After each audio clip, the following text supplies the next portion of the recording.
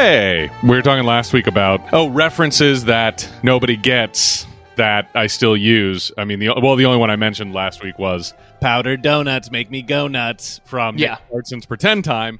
But you just reminded me of another one that it's got to be one of my all-time favorite albums. But it's a ska album. It's Real Big Fish. Why Do They Rock So Hard? And my God.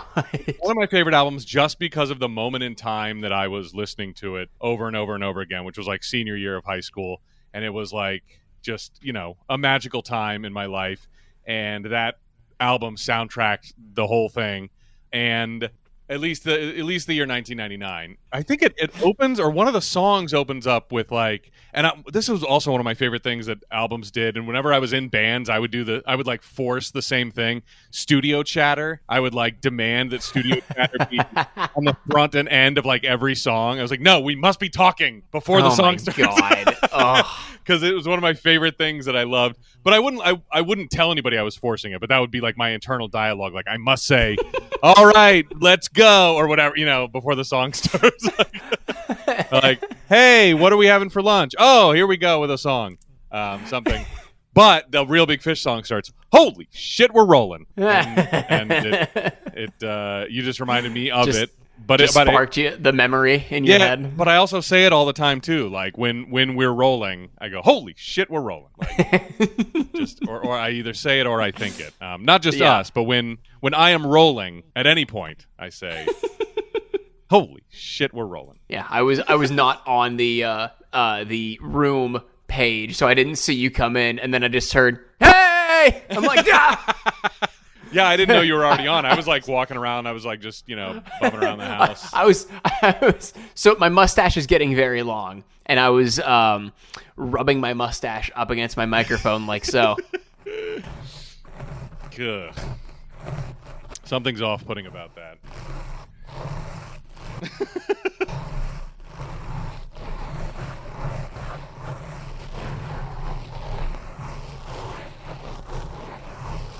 Can you hear I'm doing a figure eight? Yeah, I think I could probably have picked that up. If you had asked me what number you were doing, I would have said figure eight. Or what figure am I doing? I would have said 8. That's all right, joke. Tim. Yeah. Tim, what number am I writing on my microphone with my mustache? I can do it again if you want me to. Hang on. It's one single digit? It's one single digit. Okay. Do you want me to do it again? Sure, let's hear it one more time. Okay, here we go.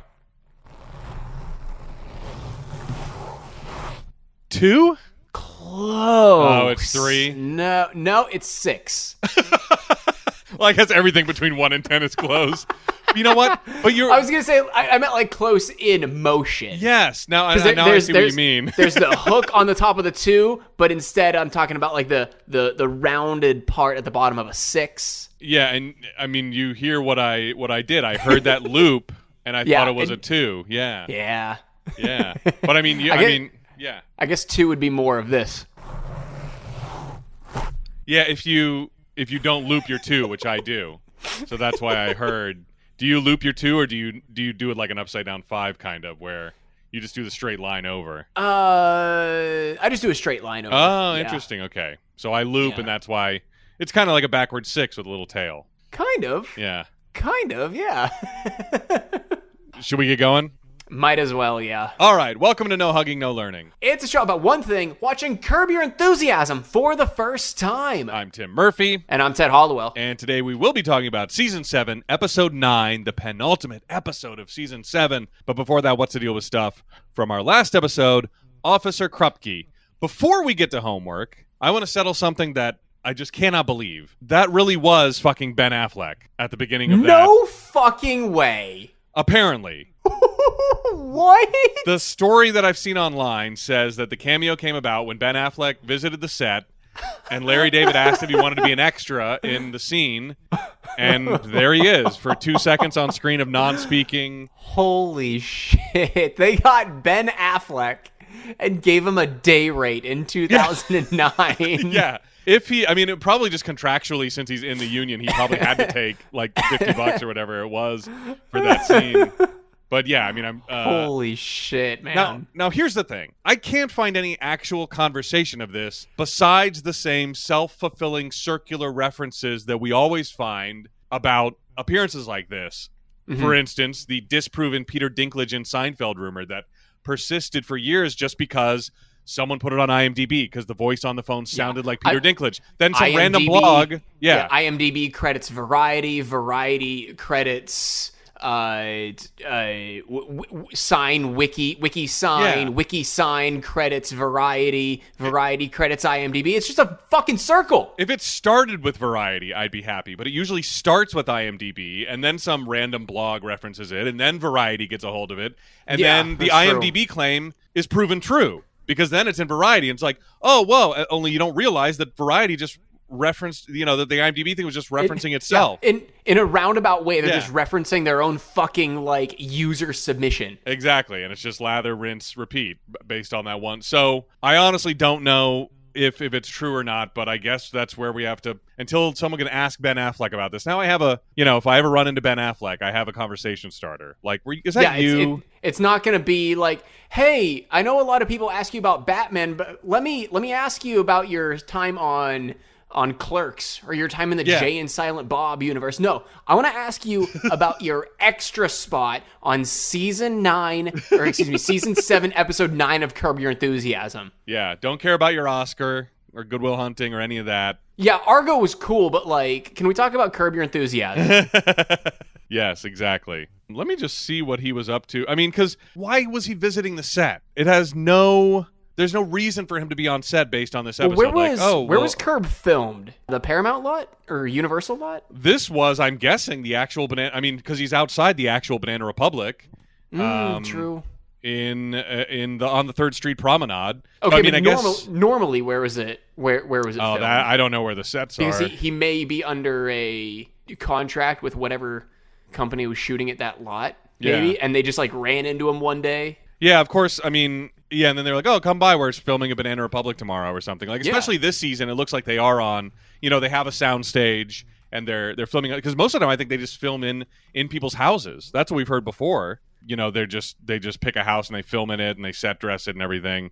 In 2009, Ben Affleck did well. He had a kind of a bit of a down year. He's Just Not That Into You, State of Play, and Extract. So I don't remember any of those. Yeah. A couple of years before, he directed and wrote Gone Baby Gone, which I love. That's a good flick. But yeah, 2009 was kind of a down year for him. But then 2010, he's in one of the best movies ever, The Town, which he also wrote and directed. You don't like The Town? Okay, oh my gosh. I honestly have not given The Town a fair shot. I'll say. I watched it, bias much.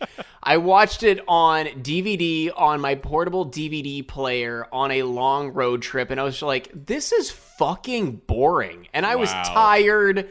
Maybe I should watch it again, but I don't want to. Yeah. You sound like me after Forgetting Sarah Marshall. Actually, I think that was the exact same headspace I was in. So maybe we both need to. What did you say he was in 2009? You said something like Extract or Extract, or yeah, with because it's Jake. Why am I not seeing it on his IMDb? I don't know. It's got Jason Bateman, Mila Kunis, Kristen Wiig, and Ben Affleck. I'm looking at producer. I'm not looking at actor. Oh, that's why. Yeah, he's seventh build on Wikipedia, so he must not have a huge role in it. But I definitely remember this movie. But it's a Mike Judge movie, and I don't remember much besides that. Okay. Wait. I think I know what you're talking about. Is this the unofficial follow-up to Office Space that came out? I think so. It says it's said to be Judge's companion piece to Office Space. Yeah. Okay. Which I didn't know. I remember seeing the trailers for this, and I wanted to see it, but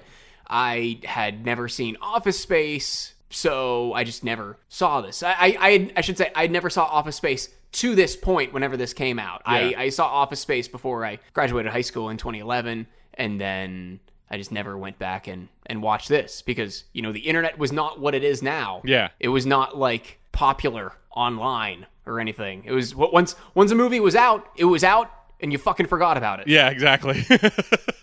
Yes, totally. There was not Twitter discourse talking about it. Yeah, so I mean, I guess Ben just had time on his hands. Maybe he was writing The Town at the time, or at least maybe writing and directing it, because it came out in early 2010? No, late 2010. He could have been working on it. But The Town is on my Mount Rushmore of movies set in Boston, I gotta say. That, The Departed, Good Will Hunting, and I don't know. How many of those have Mark Wahlberg in it? Just one. The Departed. So I thought that was really weird, and I can't wait to find out if it's true. But for now, the internet thinks that it is. All right, now on to actual homework. What about the actual song Officer Krupke from the musical West Side Story? West Side Story, first on Broadway in 1957, inspired, of course, by William Shakespeare's play Romeo and Juliet. This story set in the mid-1950s on the Upper West Side of Manhattan, and pits the American street gangs at the time against the Puerto Ricans that were also fighting for turf in the neighborhood. This episode did use the soundtrack from the 1961 motion picture with Natalie Wood, Richard Beimer, Russ Tamblyn, who I believe is related to Amber Tamblyn. I think that might be her grandfather or something like that. Rita Moreno, of course, who appeared in Steven Spielberg's remake a couple years ago. It was nominated for 11 Academy Awards and won 10, including Best Picture that year, and also including a special award for something, I don't know what. And it became the record holder for most wins for a musical that year. And it won Best Score, but it did not win Best Song. It wasn't even nominated for Best Song. Oh, surprisingly. My God. Yeah, so it's like, wow, you set a record for, the most Oscars ever won by a musical. Oh, cool. So we got Best Score and Best Song. Hang on. You didn't your musical didn't win Best Song. Are you crazy? The winner was actually from another Seinfeld Cinematic Universe movie, Breakfast at Tiffany's. Moon River won that year, interestingly enough. Of course, Breakfast at Tiffany's, George has to go and infiltrate a family who has rented the only copy at, I guess, the only video store in all of New York City, so that he can pretend that he read the book for this book club that he's joined. So what about the song? The full title is G, Officer Krupke, and we were wrong about Ben Affleck, and I guess wrong about this. The last line of the song, performed as G, Officer Krupke, Krupp you, lyricist Stephen Sondheim originally did want to break the then existing Broadway taboo by ending the song, G, Officer Krupke, fuck you. Oh my God. I can't believe it either, Ted. I've never been more upset that Larry was right. I am the same. I feel the exact same way. But I actually do have a reference for this better than a random, user-submitted IMDb trivia comment. Here's what he told NPR. I wanted this to be the first musical to use fuck. In fact, I first used it in Krupke. I wanted the last line in Krupke to be, G, Officer Krupke, fuck you. And we played the song for the record company, Columbia Records. They were going to do the album. And also for a lady who was raising money for the producer at the time. She blanched visibly and clearly was upset by it. She didn't complain. She was just sort of shocked and unhappy. But then Goddard Lieberson, who was the president of Columbia Records at the time, said that if we used that word, we couldn't ship the album across state lines because it would be in violation of the obscenity laws. So we changed it to Krupp you, and at least we were kind of right about this. He later told an interviewer that the new line was the best lyric in the whole musical, which is what I contended, that my reasoning for him never, of course, a great lyricist like Sondheim wouldn't just want to straight up say, fuck you. He would say, Krupp you is such a better line, and so I'm glad he agreed, at least retroactively, that was the case, but and I guess I can see him wanting to go, man, I'm Stephen fucking Sondheim. I should be the first one to say fuck on Broadway. I should be the first one to write that. And break that barrier, because look at Broadway now, right? Stuff like Book of Mormon or God, Avenue Q. I can't even it's just so prevalent these days on Broadway. So I guess I can understand from a groundbreaking perspective, but certainly I would agree with his eventual belief that it's maybe not the best line in the whole movie, but it certainly makes a better song, turning the name into an obscenity. So what about the actor who played Officer Krupke? I wanted to know where I recognized him from. His name is Michael Coleman, and I'm guessing I probably recognize him from the 60 episodes of Drunk History he did. Oh my God. Yeah. Yeah. Whenever Derek Waters needs a historical figure to stand next to him and react, he's there's only 12 episodes he's not in. of Drunk History. Oh my God. I know. So I'm guessing that's where I recognize him from. Or I guess it could be the 2 episodes of Nick Swartzen's Pretend Time. Yes, it's come up again. Hadn't thought about it in decades, and here it is 2 weeks in a row. And he also did 2 episodes of Scrubs as another janitor, which I don't remember, but sounds hilarious. Finally, I got to mention this. So that's all of our homework and the first little bit of trivia. But Ben Affleck, I guess, not the only cameo. Apparently, 9-time World Series of Poker winner and Poker Hall of Famer Eric Seidel appears in this episode. What? As a man at a table behind Larry when he gets his phone from his pocket after Cheryl argues with him and leaves him in the restaurant about when he accuses her of being in a threesome. I guess he's sitting there. I'm like, whatever. I don't even care enough to check. Like, give me a break.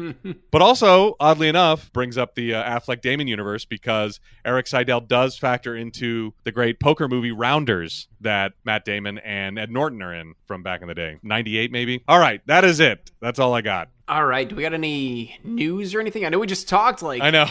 2 days ago, as of this record. Yeah. Anyway. Yeah. Nothing in the last couple days that I've seen. Okay. Any other continuity that we're finding out is not falling in line or anything? Surprisingly, no. But as always, if anyone catches anything, please let us know. Yeah. Okay.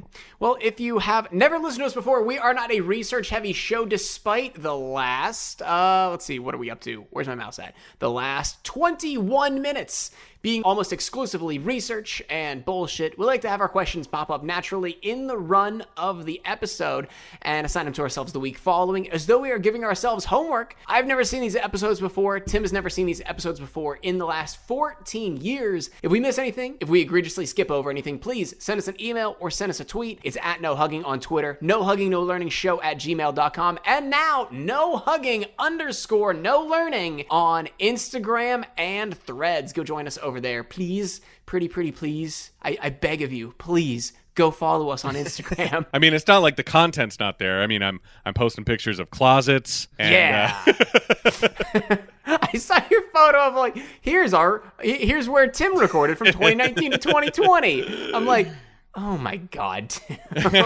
Well, I want to do something to break up all the headliners. I mean, I know that. Yeah, I agree. Yeah. I think it's hilarious though. Holy shit. I don't know why. I just happened to. I was looking for another photo that I know was around this time a couple years ago, and I saw that one, and I was like, why do I have a picture? I was like, oh, wow, that's where I used to record. So I was like, it's going on Instagram.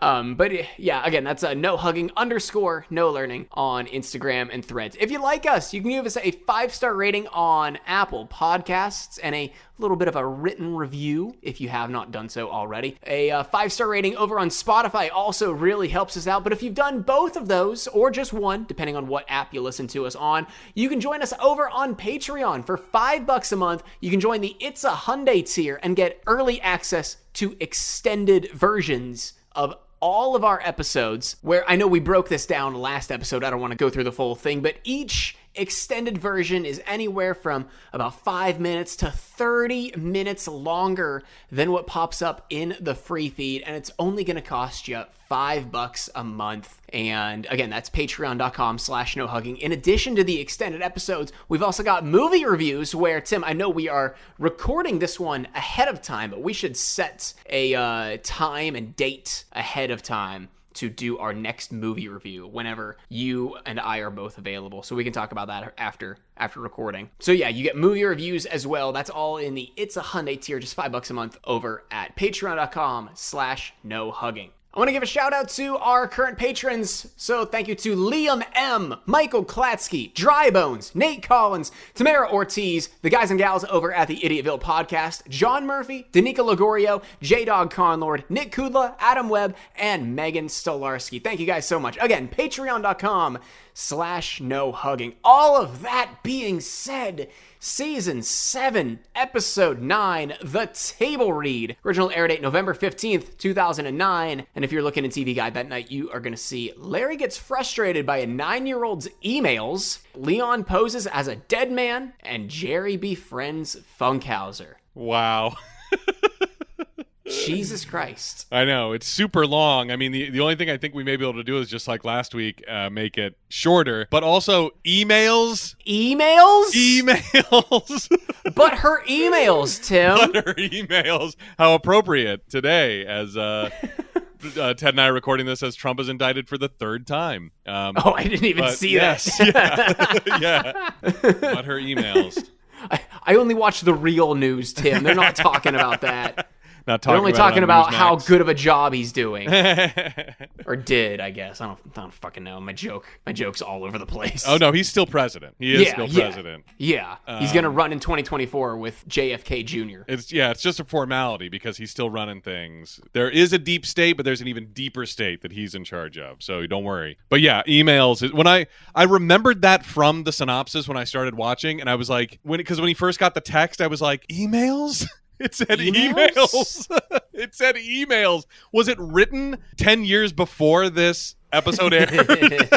Emails. No one ever called text emails. No one ever did that. Nobody did. The rest of it may not be so bad, but we'll see when we get to the end. Oh, and by the way, I love how a couple episodes ago I was also wrong about this. When Larry was like, oh, yeah, the table reads in a couple days. And that was the only Seinfeld update we got. And then I was like, we're probably not even going to see the table read. Cut to, like, look ahead a little bit, Tim. And you'd see there's an episode called The Table Read. Called The Table Read.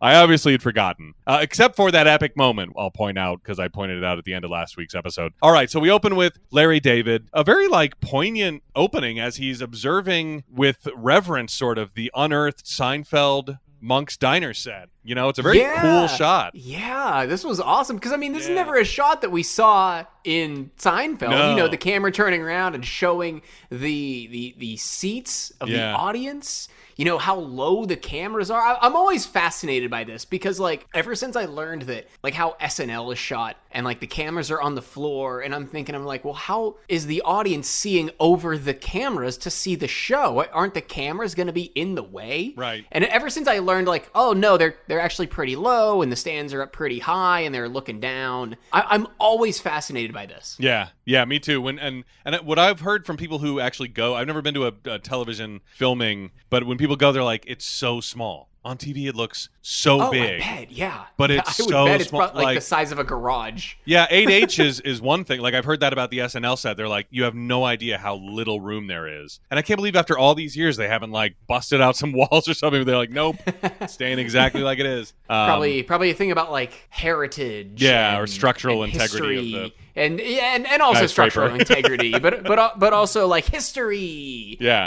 And hashtag memes. But also, yeah, you're right. The integrity of the building as a whole, because they're up really fucking high. Double Dare was another. I don't know if you remember that show on Nickelodeon, Double Dare, but that was one that a friend of mine got to go and told me it was so small, especially the obstacle course at the end. There were 20 stations or something, and he's like, it takes up the size of our classroom.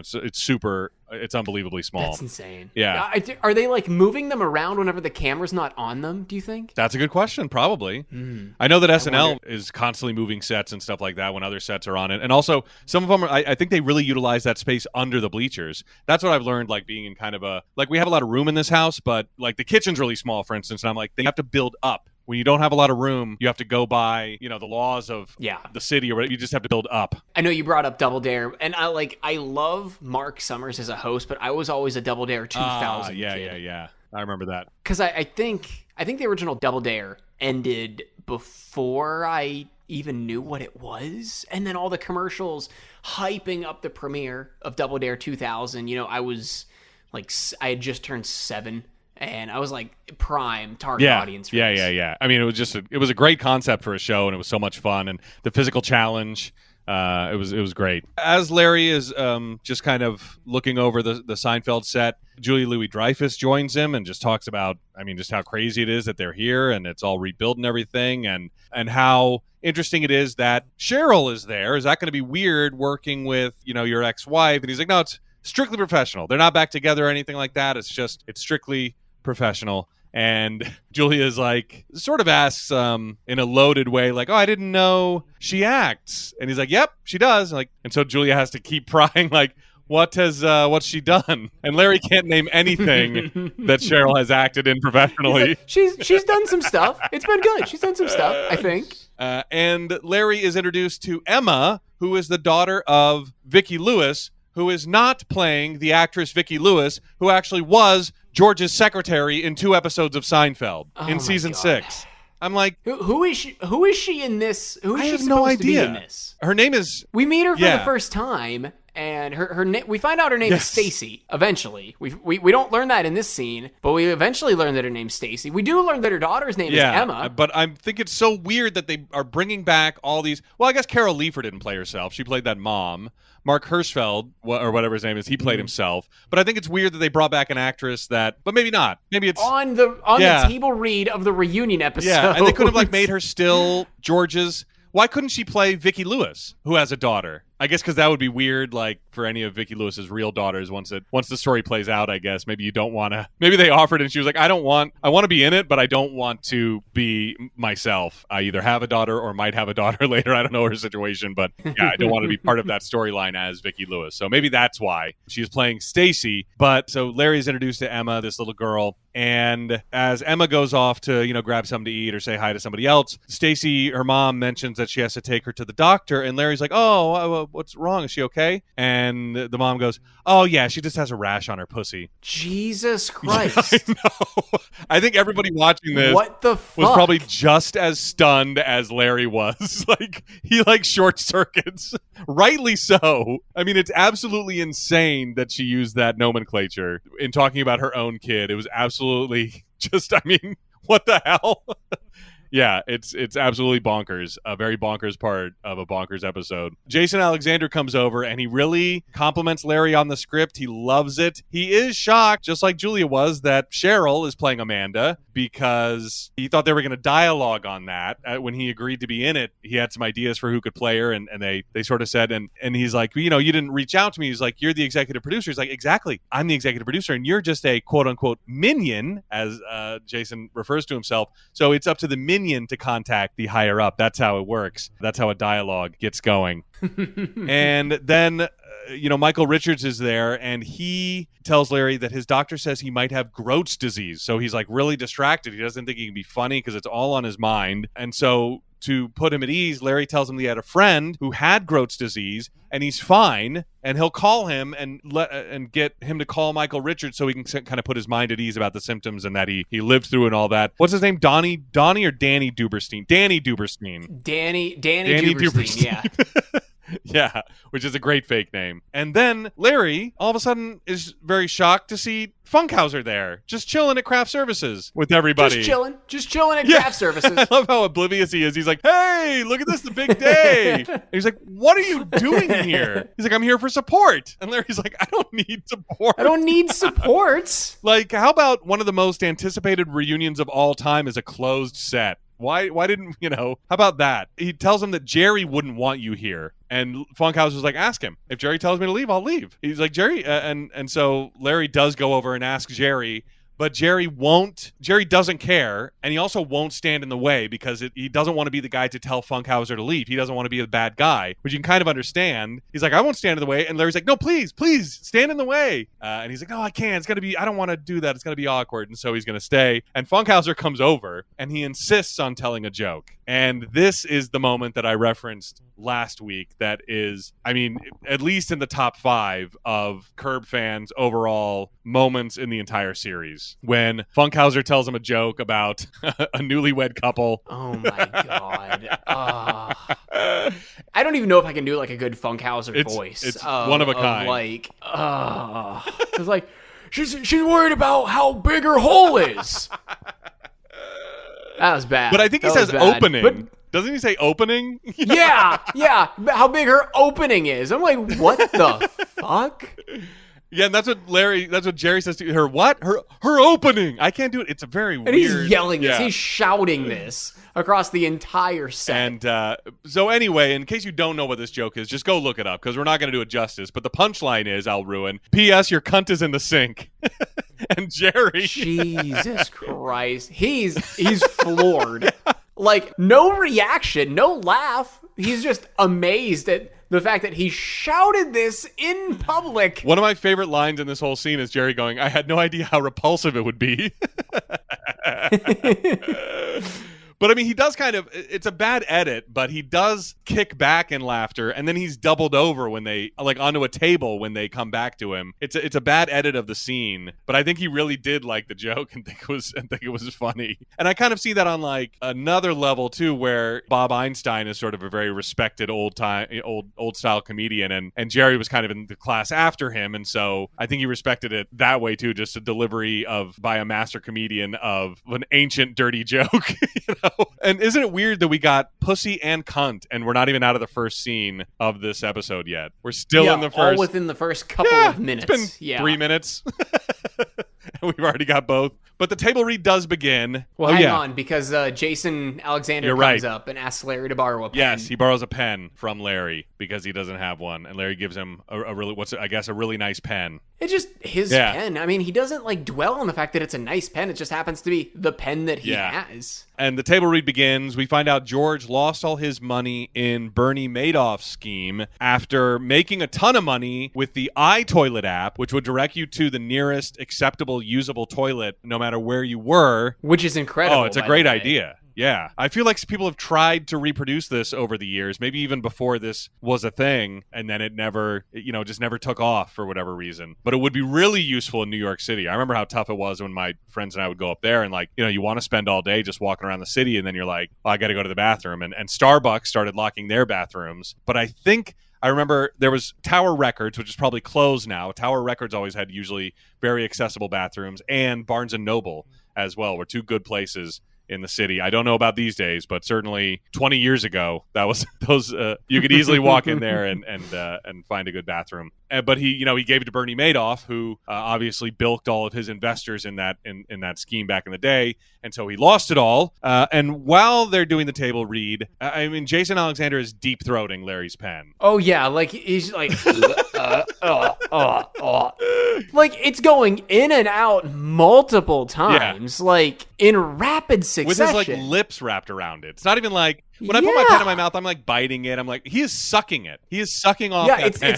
It's not something that he's like just doing subconsciously as he's like thinking of something else. Like you see the pen go, Like, what in the fuck? Yeah. Okay. I mean, hey man, I'm not here to shame. Like you do whatever, but it's odd to do with a pen. It's going in his ear. He's scratching his chest with it. And then it's going back in his mouth. Like it goes in his mouth, in his ear, and then back in his mouth. I don't know if you saw that. He's scratching his chest. Yeah. That's definitely gross. Larry is just completely distracted, but he can't look or concentrate on anything else. He can't hear any of the jokes. He's just focused on Jason. Yeah, but we do have a couple of other guest stars. Estelle Harris, Jason Alexander's or George Costanza's mom, and Steve Heitner, the great Banya, also appears in this episode. Yeah. And Cheryl is apparently nailing it. Everyone chuckles at her little scene, and so that's going very well. So after the table read, Larry refuses the return of the pen, and he demands a replacement pen. He demands Jason replace it. He literally asks that Jason replace the pen, that he get him another pen. And I really do like Jason Alexander and Larry David's passive-aggressive relationship. Just constantly digging at each other in the politest way that they can. It's something they've done throughout the run of Curb, and it's still very funny. I wish they were on as friendly terms as Larry seems to be with everybody else, but they're just such great frenemies, I guess, that when they talk like this, it's hilarious. It almost seems like in storyline anyway, because Jason now knows that the George character was based on Larry. Like he's trying to kind of like see how Larry reacts to things. He can never like legitimately tell Larry anything or have any like real conversation with Larry. It's always just kind of the, well, let's see what he says about this type of thing. Do you think it's for his performance or just to antagonize him? Just to antagonize him. Okay. Absolutely. That's the way I feel too. It's not for a performance or anything. It's just, and this is all like in the story of the show anyway. Yeah. But no, it's literally just to get on his nerves because he learned that, this character that I definitely thought was just an antisocial dumbass who had no idea about how anything worked was based on the actual life of the creator of the show. Yeah. And also, I mean, it goes back to earlier when he's like kind of resentful that the role he's most associated with is Larry David. Yeah. And he's taking some of that frustration out on the actual real, because he can't yell at George Costanza and go, "You ruined my life. No one can see me as anything." So he can yell at the real George Costanza and say, "You ruined my life. No one can see me as anything else but you," as an actual effigy for the character of George Costanza. Yeah, I like that. So over at LA Farm, where we've been several times before, obviously one of Larry's favorite restaurants, there's a huge crowd, but Larry and Jerry are seated immediately because Larry gives the host $20 every time. He greases his palm with some green every time. And Larry gets a text from Stacy's kid, Emma. This is where we find out her name is Stacy, but he gets a text from Emma. And, he's like, "I guess I gotta respond." She's like, "I got your number from my mom. Hi," or whatever. And so he's got a text back. Is this Larry and Jerry or Larry and Jeff? Larry and Jeff. Okay, I said Jerry earlier, but it's definitely Jeff. Okay. And so he asks, Larry's like, "Oh, what's Danny Duberstein's number? Because I want to give it to Michael because he thinks he has Groat's disease. I want to put him at ease." And he's like, "No one can get a hold of Danny because he's dead. He died about 2 months after." Or maybe 2 months ago. He died 2 months ago from Groat's disease. Oh. Yeah. And so the thing that is getting a great performance, able to put Michael Richards' mind at ease, completely squashed now. So back at the studio, Larry and Jerry are talking in their office about the jokes and whether they worked or not and what needs to be. And Larry doesn't remember anything because he was so distracted by the pen. And Jerry has a great line here. "Oh, don't loan Jason anything that can be inserted." Oh my God. I mean, what else did you lose to Jason Alexander sticking it in his orify? I want to know. And Larry gets another text from Emma. And Jerry's like, "I misunderstood," because he's like, "That's why I don't have one. See, you have always got a door. Yeah, people are always knocking on the door." I think I thought he was talking about phones. That's what I thought. I thought he was saying he doesn't have a cell phone because he doesn't want to be reachable all the time. But in the very next second, Stacy comes in and on her phone. So we find out that Emma, the 9-year-old, has a phone, which is a little crazy to me as someone who has a 9-year-old. Look, believe me, she wants one already. But I can't believe back in 2009 when they were just BlackBerries, you couldn't even do anything cool with them. Like, it was literally just like a calculator and texting and emails, apparently. Yeah, and maybe Snake or Breakaway. One of those two games. You certainly couldn't play Minecraft or whatever Colleen Roblox. No. Whatever Colleen wants to do with her phone. Yeah, I'm like, so why does your 9-year-old have a phone? It's wild. So, okay, let me ask you this. Since you have a 9-year-old, what is the age that you guys are trying to wait until you get her a phone? We're trying to hold off. We're telling her 13. Okay. But it might be sooner because it might be a little more like middle school. So whatever 6th grade is, which I think might just be 12. Maybe. What grade is she going into? She's 9. Yeah, currently. She's going into 4th. So, okay, going into 4th and she's 9. Yeah. 10th and 5th. 11, 6th and 11. Yeah. So, geez, maybe 11. Oh, God. But by the time 6th grade starts, she'll almost be 12. She'll turn 12 back December. So, yeah. Okay, so maybe for either Christmas or 12th birthday. Yeah, you can combine them both. Combine both presents, Yeah, exactly. Her birthday's right around Christmas, isn't it? It is a week before. There you go. Boom. Both birthday and Christmas. You know what? Hey, Santa had a hard time budgeting this year, but he got you something big for both birthday and Christmas. Boom. She goes back from Christmas break with a brand new iPhone. I'm assuming she wants an iPhone, right? Yeah. Because all her friends probably have iPhones. I would say that's probably the case. Yeah, I don't know if any of her friends actually have iPhones yet. Some parents do, and I don't even know if you can do this because I think it was all discontinued. But the iPod Touch is kind of a good. That's what Grace's cousin did for her daughters. Like, they got them iPod Touches, and I'm like, that's a genius idea. Yeah, our niece got an iPod Touch before she got an actual phone because it's not on a plan. You need Wi-Fi for it. It can play all the apps that you are wanting. Yeah. I mean, you don't need cell service to be able to text people. It's 2023. Yeah. All kids are talking on Snapchat or Instagram now. Yes. Yeah. So you don't need 5G. No. I sound like Alex Jones. You don't need 5G. That's what we're looking at probably. But hey, this is LA. Her mom works for, I don't know, whatever. Her mom works for Seinfeld. So she's rich and probably spoiled. So whatever. that maybe that's why. That's what I'll chalk it up to. But it's weird that Jerry says that he doesn't have a phone, because then Larry suggests giving Emma Jerry's number, but he's like, no, I don't think so. And even Stacy's like, no, she doesn't really know Jerry. She met you and stuff like that. But it's like, why didn't he just say, I just told you 5 seconds ago, I don't have a phone, Larry. You know this about me. It's very weird. A weird bit of, improv continuity, probably, where people just say stuff and then they forget it the next second, or they stop the scene and they had lunch and then they came back and like, oh, where were we? I was going to say, give him Jerry's number or whatever.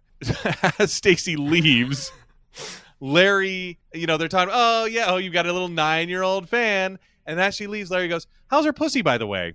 And she goes, it's good. It's good. Thanks for asking. And Jerry short circuits at that point. And also, we've got to talk about this, right? How Jerry is the one who's appalled that Larry is talking about an underage girl. I didn't even catch that. How did I not even catch that?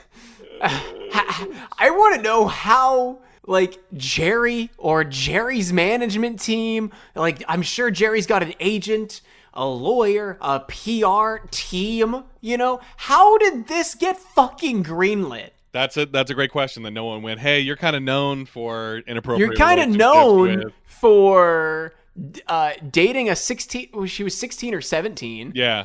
But knowing Jerry, he probably wrote it. He was like, let's really show it to those quote unquote critics and make it a joke, show them. Honestly, I could see that. I'm telling you, yeah. Giving the throwing it back at the people who say this was a bad thing. Yeah. That we get with another character later on in the episode. Exactly. I could definitely see Jerry having written this. Yeah, exactly. Like a very move on sort of thing. Yeah, I mean that totally tracks with, at least his perceived personality. But the level of misunderstanding in this episode is like bridging on Three's Company. It's like he could have said, it's weird to say that and not clarify, like, oh, that's the word she used when she mentioned this medical issue. That's what I was talking about. It sounds like it's so odd to not fill in the other people in the room, because obviously Jerry was not there originally. Yes, exactly. But on the other hand, it is the misunderstanding is so hilarious when he goes, "How is that, by the way?" Not how is the situation with it? Like, how is it? Like, it's so gross, but so, but the misunderstanding is so hilarious. Like, where it's like, oh yeah, you get a little fan. Oh, how is that, by the way? Oh, it's good. It's good. Thanks for asking. Her mom being casual about it too, and like Jerry's like jaw dropping, like, oh my God. And it just gets worse from here. So buckle in. Back at the soundstage, we're rehearsing. We're in rehearsal now. So past table read. In rehearsal, but not quite off book. And hey, there's Wayne Knight, another Seinfeld great. Man, Newman. I wish this wasn't spoiled for me. Oh, you knew that Wayne Knight was a part of the reunion? Only from our last episode that we recorded, because I looked up, does Wayne Knight ever appear in Curb? Thinking it would be since he hasn't already been in season 7, yeah. I'm like, okay, he's got to be later on in the run of the show. And then the thing I found said, oh yeah, he appears in season 7. I'm like, oh god damn it. So it's either going to be the next episode or the one after that, because we've only got 2 episodes left. I'm curious as to why, because I'm pretty sure he wasn't dead yet, but why Frank Costanza is not in this. Has that been spoiled for you yet? That I'm pretty sure he's... I didn't see if he was in it or not. Yeah, I haven't looked, and I think he died within the last few years. Yeah, 2020. Yeah, I was going to say, it was recent. And this was 2009, so he had over 10 years left. Yeah, so especially as Estelle Harris is there, it's just weird that he is not yet. Maybe we'll see it, because it obviously hasn't been spoiled for us. But Newman is there and has a funny scene with Jerry, and I like that they're cracking up during rehearsal, just probably like they did back in the day, or maybe it's genuine, trying to get through a line without cracking up. And this definitely seemed almost like behind the scenes, because obviously a lot of the show's improv. This seemed like even behind the scenes of improv, where you're seeing the cogs turning of okay, and then you do this, and then I'll say this, Yeah, it must have been how they really blocked the scene because he's like, I've got to slam the door on you. And Wayne Knight's like, I'll move.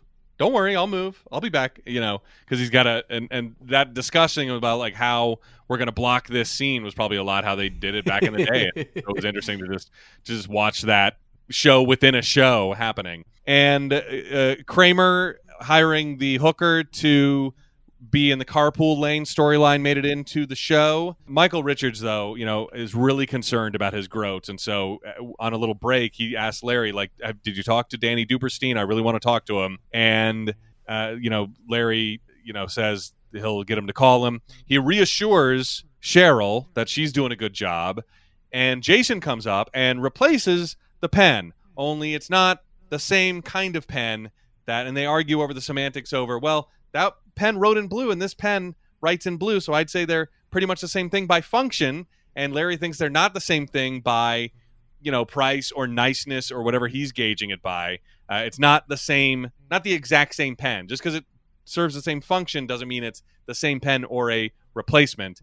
But Jason thinks his debt has been paid, but Larry does not think so. And I want to throw in, how about this actual confirmed, not yet a cameo, but did you see Eric Andre? No. Yeah. Where? Yes. Eric Andre plays a PA. Like just some guy you see kind of... On the reunion? What the fuck? Yes, in this scene, while they're rehearsing, the camera just kind of like pans over. It's so quick, I can't believe he got a credit, but he's in the credits as PA or something at the end of the episode, Eric Andre. I'm like, oh my god! I should have taken a picture, because, but maybe I'll try to find one or something, or I'll go back and get a picture to tweet out when this episode goes out. But I'm like, and then when I saw him, I was like, oh boy, what's he gonna do later? Nothing. This is the only scene he appears in. I was like, oh my god, they got Eric Andre. He's gonna. He wasn't famous yet. He's probably gonna like fall down the bleachers carrying like some important piece of. No, he doesn't do anything. He doesn't do anything. He doesn't say anything. He's barely on. He's on screen for less time than Ben Affleck. Damn! Wow. I know. But sure enough, we can confirm it was him via the credits at the end. Wild, just wild. Over at the Village Center newsstand, with Larry is there with Leon, and the Village Center newsstand was at the corner of Kinross Avenue and Westwood Boulevard in Westwood for a very long time. It opened sometime in the early 90s and closed in June of 2014 when, dang it, there's just no money in newsstands anymore, The world had moved on from this great community watering hole of information. We'd all just it just dried up as the last owner, Carl Johansson, he started working there in 1993 and then took it over, a few years from the original owner and then closed up shop, but not before Larry and Leon have a little scene there. And Larry wants Leon he's got a crazy idea. Why don't you act like Danny Duperstein and convince Michael that everything's going to be okay with Groat's disease? And Leon has no problem. He'll do it. I mean, he's never said no to an idea from Larry, first of all, but he's got no problem with this one because he can even do white guy voice as he demonstrates for Larry. And he's got no problem even saying he was Jewish. Well, I was adopted by a Jewish family and I was bar misfit. I had a bar misfit. He's like, are you saying bar misfit? It's bar mitzvah. You've got to be able to say it right, but he keeps saying bar misfit, is what it sounded like to me. And then Larry goes to buy his magazine. He's got a 20 in his hand, but he sees the LA Farms host, the Mater D, on the street and shakes his hand. And then the 20 is palmed by the LA Farms Mater D. Why? Why would he do this? Why would he take the money? He knows we're not in the restaurant. Yeah. If I'm a host, if I'm a server, and I see one of my regulars outside of that restaurant, I'm not thinking, oh, they came to give me a tip because they loved my service yesterday. Yeah. No. What the fuck? This is too removed from reality. It was really weird, but maybe it was just muscle memory for this guy. I mean, he obviously wants to keep the 20, so he's gonna plead to keep the 20 later on. But maybe it was just muscle memory. Like every time I shake Larry's hand, there's a bill in it that I take. And this time, even though we were in the restaurant, it happened to be the exact same case. So, maybe that's what took over. It's weird. If there hadn't been a 20, I don't think he would have said anything. But because there was, he's like, oh my God, this guy really does tip me $20 every time I see him. Without fail. I don't think he's right to have kept it, but, later on anyway. But in this case, I think, he's like, geez, okay, I guess $20 every time. I'll keep giving him a table. Larry's getting more texts from Emma, and he's finally had enough. When she asks him, do you watch Wizards of Waverly Place? He responds in all caps. I loved this message. No, I don't watch Wizards of Waverly Place. I'm an adult. I am an adult. With like 9 exclamation points. I loved that. I'm an adult. He's fed up. And so back at the soundstage, back on set, Stacy asks him why he yelled at her daughter. He's like, I didn't yell, because Larry doesn't understand that, typing in all capitals with 1 million exclamation points is the same as yelling now that we're all exchanging emails on our cell phones, or texts as normal people call them. So she's like, you got to make it right. Take us out. I've made reservations. You'll take us out to lunch. Say it was your idea. Maybe bring her a little gift, okay? And just make it right. So over at LA Farm, Larry gets a very nice table and, shakes the host's hand. And then the host goes in for another shake because there's obviously no money there. And then goes to shake both his hands. Does it like 3 or 4 times. Yeah, and then, of course, is like, is the table not good? And Larry's like, oh, I see what's going on. He explains a misunderstanding about, the $20 I would have given you today, I gave you yesterday when you took the 20 out of my hand that I was going to buy my magazine with.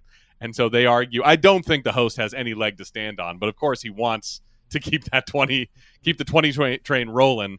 But so Larry says no more, pretty much. If I'm Larry in this situation, I even would have just said, like, look, I will keep going with the $20 if you keep getting me these tables the next time I'm in here. Yeah. But the 20 for right now, you already took yesterday at the newsstand. He's like, what do you think I was giving you that 20 for if you think I was giving you that 20? He doesn't really have a good answer.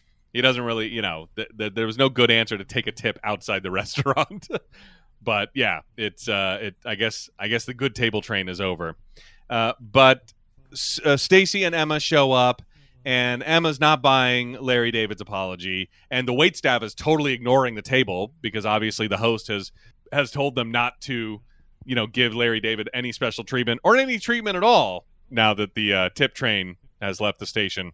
And so Larry gets up to go get a waiter and tells the waiter that there's a little girl who's waiting and she has to go to the doctor because there's a rash on her pussy. So go over and help her right now.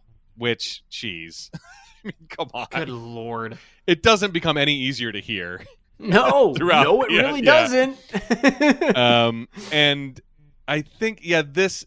so we cut to Michael Richards' dressing room where Leon shows up, and he's dressed... he's got a suit and a white shirt and a red bow tie. And we already know from Larry David's earlier episode, probably, isn't it called the bow tie or something like that, where that the only African American men that wear bow ties are Muslim, and Leon's also wearing an odd hat that he has added to the outfit, and so he knocks on Michael Richards' trailer, and as Michael Richards opens the door and sees this sight, he goes, I made a mistake, it was 3 years ago, leave me alone, don't hurt me. Oh my God. Yeah, so they have addressed they had to address it. They had to do something about the infamous tirade. Yes, yeah. Holy shit. And not only do they address it in the show, it doesn't fucking end there. Oh yes, yeah. It gets better. But Larry's not there yet. Larry was supposed to be with Leon to perpetuate this story and fill in a lot of blanks for Leon that now he's going to have to do himself. Because Larry, as we head back to LA Farm, see the lunch is still going on because he can't get any good service now. And he gives the gift he brought for Emma is the pen that Jason Alexander gave him to replace the pen that Jason was chewing on. And he's like, I heard you were a writer, and what does a writer need but a pen? It's a really shitty gift, but it works on Emma, and she forgives Larry, even giving him a big old hug. And she's super excited. Yeah. She's excited again. She's got her buddy back. Yeah, I forgive you, and so gives him a big old hug. And he does kind of like toss her off, by the way. He like sort of rips her. He's like, all right, that's enough physical activity. which I thought was kind of a funny. He's like, now that I've made it right, I don't have to do any more work. But back over at Michael's dressing room, Leon is in there, and he says he got bar mitzvahed 3 times because you have to do it every 13 years. And I like that Michael looks at him quizzically. He's like, I don't know. I guess that makes sense. Yeah. He's like, I don't know. It doesn't sound right, but I don't know enough to disprove you. I love that. All right, I guess so. We've all had these moments, like whenever we overhear someone like trying to explain something to somebody, and we're like, I know that's not right, but I'm not confident in how much I know about this topic to tell them how wrong they are. Exactly. Yeah, I love that. It was played so funny because it's like, oh, the jig is up. It's like, no, it's not. It's not. It's like even very timely to our record. Yesterday, I'm back like at work after lunch, and I'm hearing people talk about Paul Rubens, hearing people talk about Pee Wee Herman, and I hear someone say, yeah, but like the stuff about kids, and I'm like, I know that was not an actual thing, but I don't know enough to tell them that they're like wrong. What you know stuff what about I mean? kids? What was he like? Was there there was the stuff like in the porno theater that was in the early 90s, but in like early 2000s, I think I read in 2002, he was charged with owning erotica that depicted a person under the age, but he said it was just a vintage erotica collection that he had purchased at an art auction. Wow, I don't even remember that. Yeah, and he even went on quote saying, "I am not titillated by children." Ah, that's a good.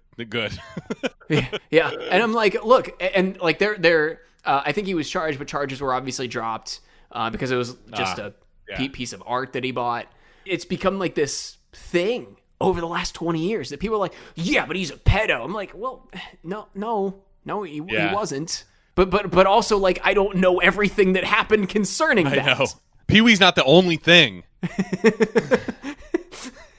Yeah, that was a wild trifecta, by the way. I'm saying it was Tony Bennett, Sinead O'Connor, Paul Rubens. Like, talk about just like, first of all, I mean, Sinead O'Connor and Paul Rubens, like 2 huge 90s personalities, but then Tony Bennett, like one of the biggest personalities of all time. And I'm obviously I don't know if you're a Euphoria fan, but also Angus Cloud. Right. Yesterday. I was not, but but I saw that. It's weird. You can, it's because Paul Rubens and Angus Cloud like happened on the same day, I guess. It was just weird to see it reported because I get a newsletter in the morning that is obviously targeted at a different audience than myself, because it was like, Angus Cloud, the 25-year-old star of Euphoria, passed away. Police haven't said why. And it was like a huge paragraph, and then it was like, also Paul Rubens, famous for playing Pee Wee Herman, passed away. And oh that was my like God, he got one sentence. He got a line? Like, yeah.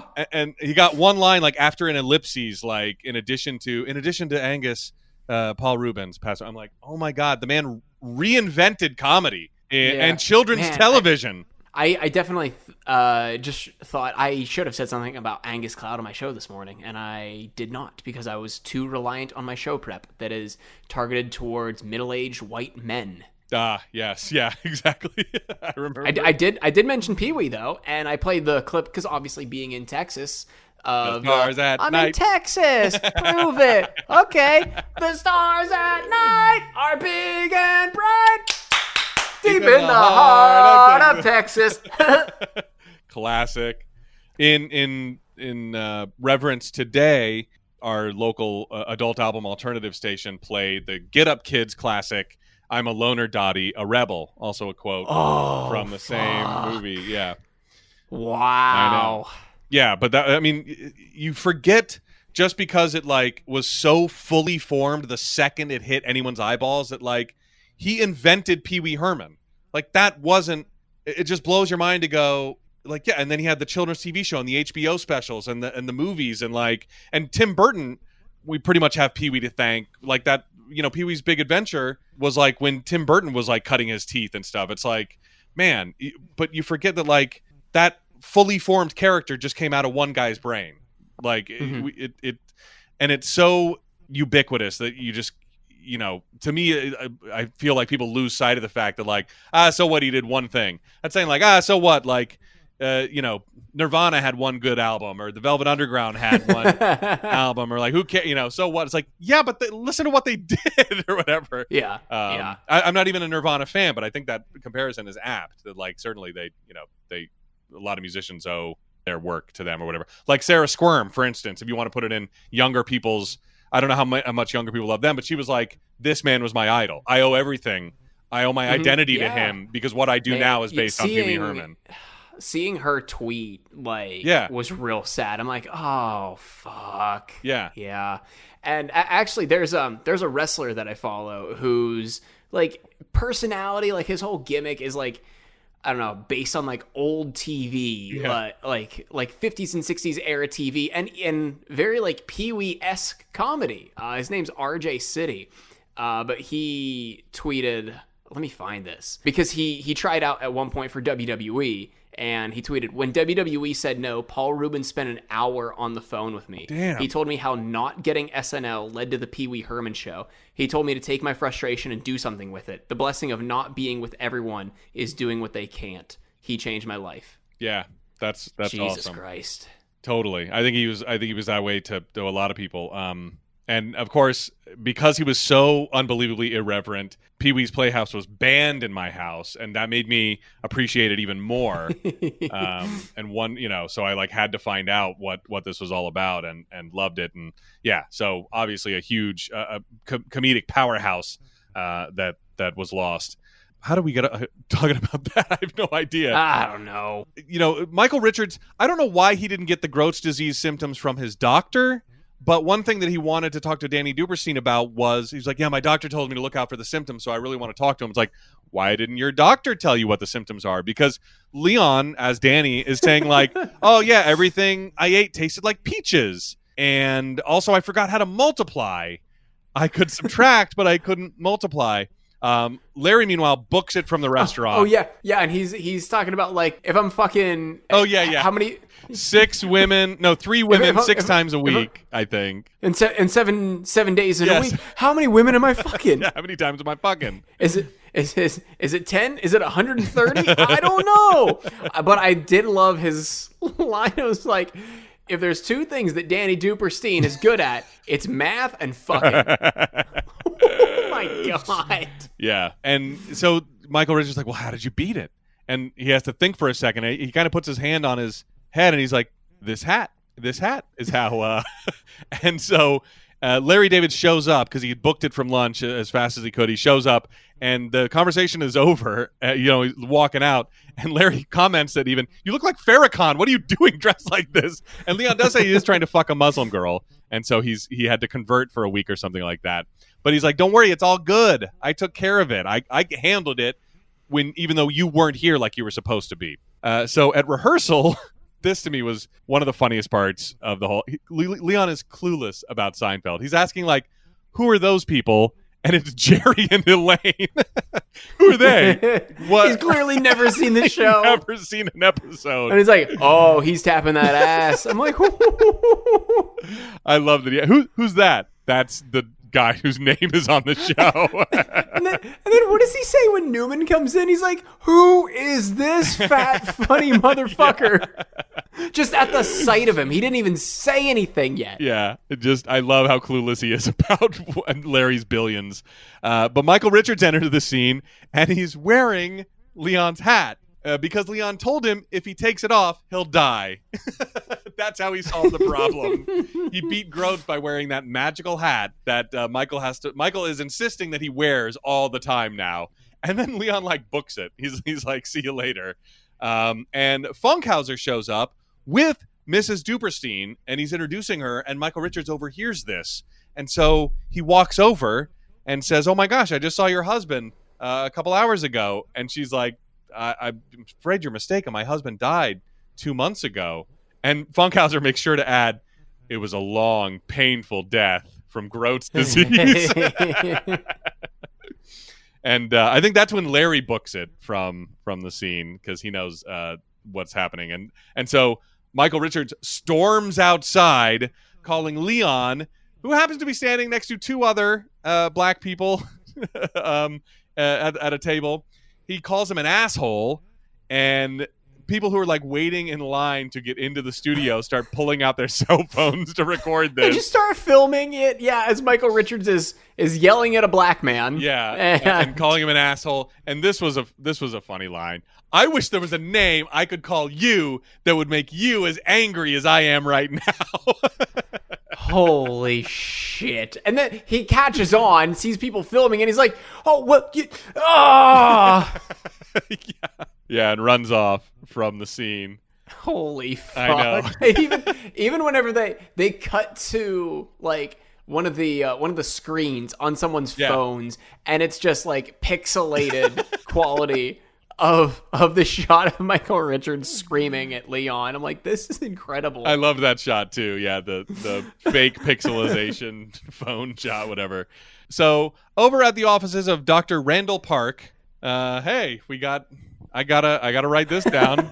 What was Randall Park up to? Now, obviously, kind of a big star. People may know him as Asian Jim from The Office. Yeah, I think this was well before the time when both of us were super annoyed of the iHeartRadio podcast promo of this is Randall Park. Do you remember that shit? Oh my gosh, like twice a stop set sometimes. Yeah. It wasn't even his podcast. He was just a guest. Unlodged from my brain whenever I saw it. I'm like, oh my God. I totally, and it's like in his like, he's like, yeah, and I was working on this movie, and all of a sudden it became a big thing. Like, what? We heard the same soundbite 12 times a shift because it wasn't even his podcast. He was like a guest on some podcast that they were talking about. Oh, yeah. It was like, doesn't this guy have any other guests? Just Randall Park's on every episode? Oh my gosh. I totally forgot about that. But yeah, we'll have to find out what Randall Park was up to. And Larry has a rash, and he's worried that he got it from Emma. And when he starts, he's like, yeah, I'm seeing this 9-year-old girl, and she has a rash on her pussy. And, we had lunch, and we got in a fight, and we made up. And he's explaining the situation that we know is relatively harmless in such a nonchalant way, just like he did around Jerry, that the doctor is like, emergency bells are going off in his head, and he's like, Jesus she's texting me right now. We text all the time. I thought the misunderstanding was so funny. We text all the time. And he starts texting her back, ha ha ha, don't tell your mother, but I got you another gift. And Dr. Park excuses himself from the room and tells his receptionist to call the police as Larry is laughing about whatever text he just got from this 9-year-old he's quote-unquote seeing. And that's when Frolic starts to play. And that's the end of the episode. Oh, my God. Yeah. All right, Tim, do we got any homework this week? I just wrote down Randall Park. What was he up to back in the day, back in 2009? Okay. Yeah. I know. I'm trying to find what the name of the podcast was that he was on. That was running in that promo, and I'm like, I'm thinking it would just kind of pop up. Yeah. What are you Googling? Like Randall Park iHeart podcast? I'm on iHeart.com searching in podcasts, and I search term Randall Park. Was it The Big Shot? That sounds right. I mean, I guess anything would probably sound right. The Big Shot is a podcast about Randall Emmett. It's a story of the other Vanderpump Rules scandal. Oh, that's not right. No. That just searched Randall, not Randall Park. Love and Norabang. I saw that. No. That doesn't sound familiar. Adventure Party. Was there a separate podcast promo about, or was he the one who was talking about Keanu Reeves? I think he was the one talking about Keanu Reeves, right? And then all of a sudden, Keanu Reeves is in your movie. Remember, because Keanu Reeves was in that romantic comedy that Randall Park was in. Wait. Randall Park, Just for Variety, with Mark Malkin. Fresh off the boats, Randall Park on his new Netflix rom-com, yes. Always Be My Maybe. Yes. Working with Keanu Reeves. Holy fuck. Not only did we find the show, I found the exact fucking episode. Tim, I'm going to send this to you. I think our homework has got to be to listen to this episode finally. Yeah. Listen to this 4-year-old 30-minute podcast because it's been haunting our subconscious ever since. And I'm sure when I hear that part, I'll probably just drive off the road.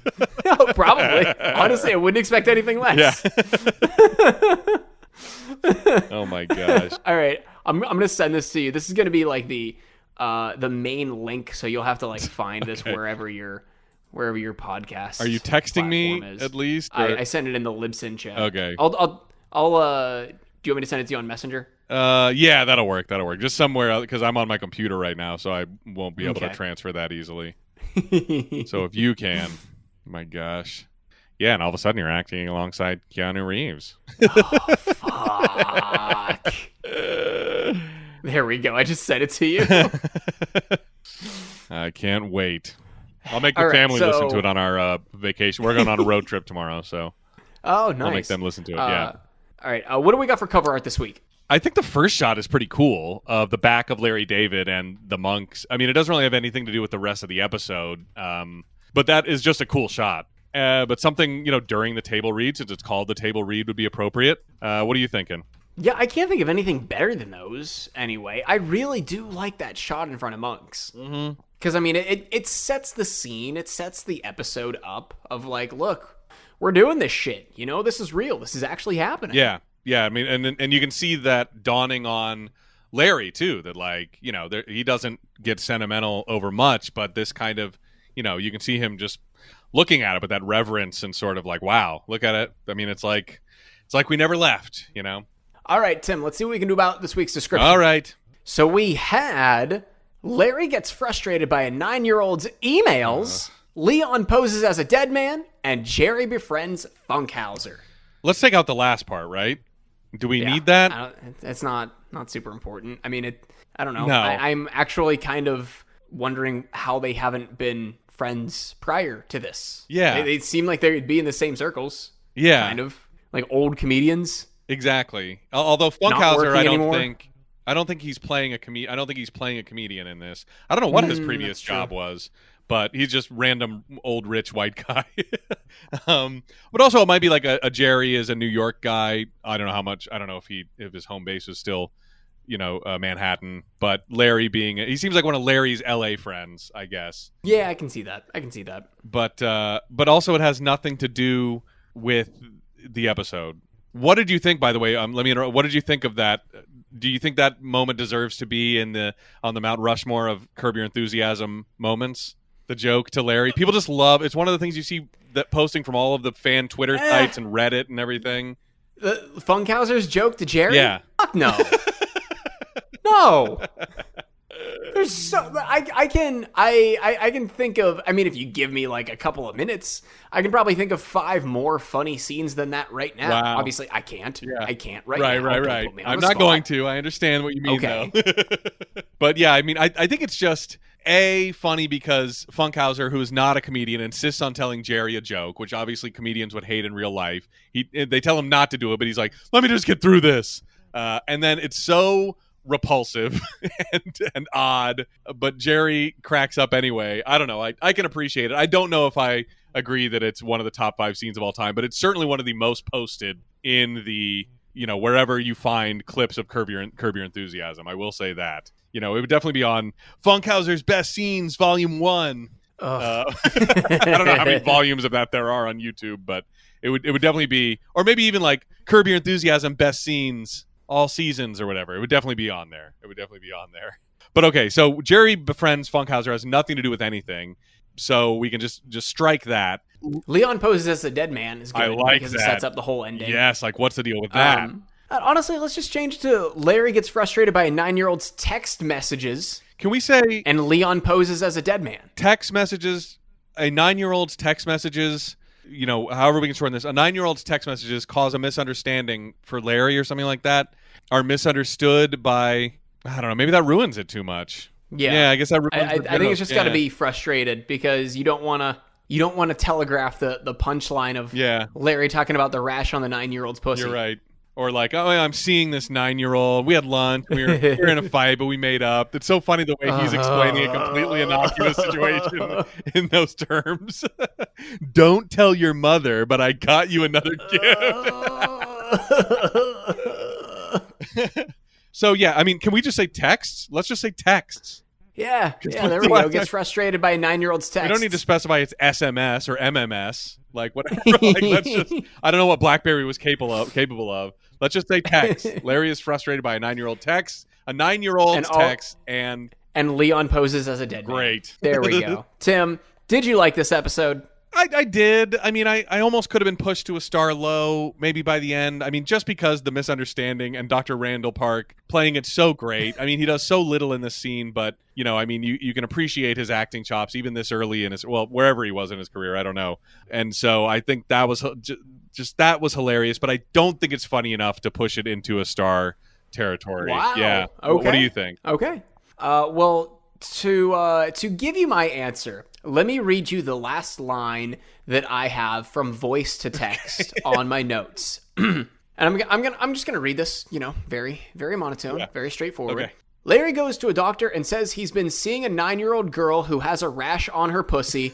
Ha ha ha ha ha. My God. Ha ha ha ha ha ha ha. Ha ha ha ha ha ha ha ha ha ha ha. So you were Yes. You must have been really laughing. I was dying at the end of this scene. And my speech to text caught every single one of my laughs. Maybe not all of them. Maybe there was more. And wrote them down in my notes as each individual ha ha ha. So I give this a full stop. Wow. I don't know what's holding me back. I mean, I guess, like I just said, that the central joke of it all that comes at the end is super funny. Don't get me wrong, but for some reason it just wasn't enough to carry the entire episode, and I don't know why, but I can appreciate your full star because it is hilarious. Yeah, I'm seeing this 9-year-old. She has a rash on her pussy. Like, how would he know that unless he's molesting a 9-year-old? Like, no one understands. Jeez. Oh, God. All right. Next week, we have got Season 7, Episode 10, the Season 7 finale, titled Seinfeld. Original air date, November 22nd, 2009. And if you're looking in TV Guide that night, you are going to see in the Season 7 finale, a returned favor costs Larry quality time with Cheryl. Not bad. I love how teasy it is. It's teasy and short. Yeah. And so it's very teasy. And surprisingly, I don't remember a ton about this episode. So I can't wait to experience it all over again. Yeah. So, all right. Is that it? Yeah, I think that is it. All right. For No Hugging, No Learning, I'm Tim Murphy. I'm Ted Hollowell. Be good.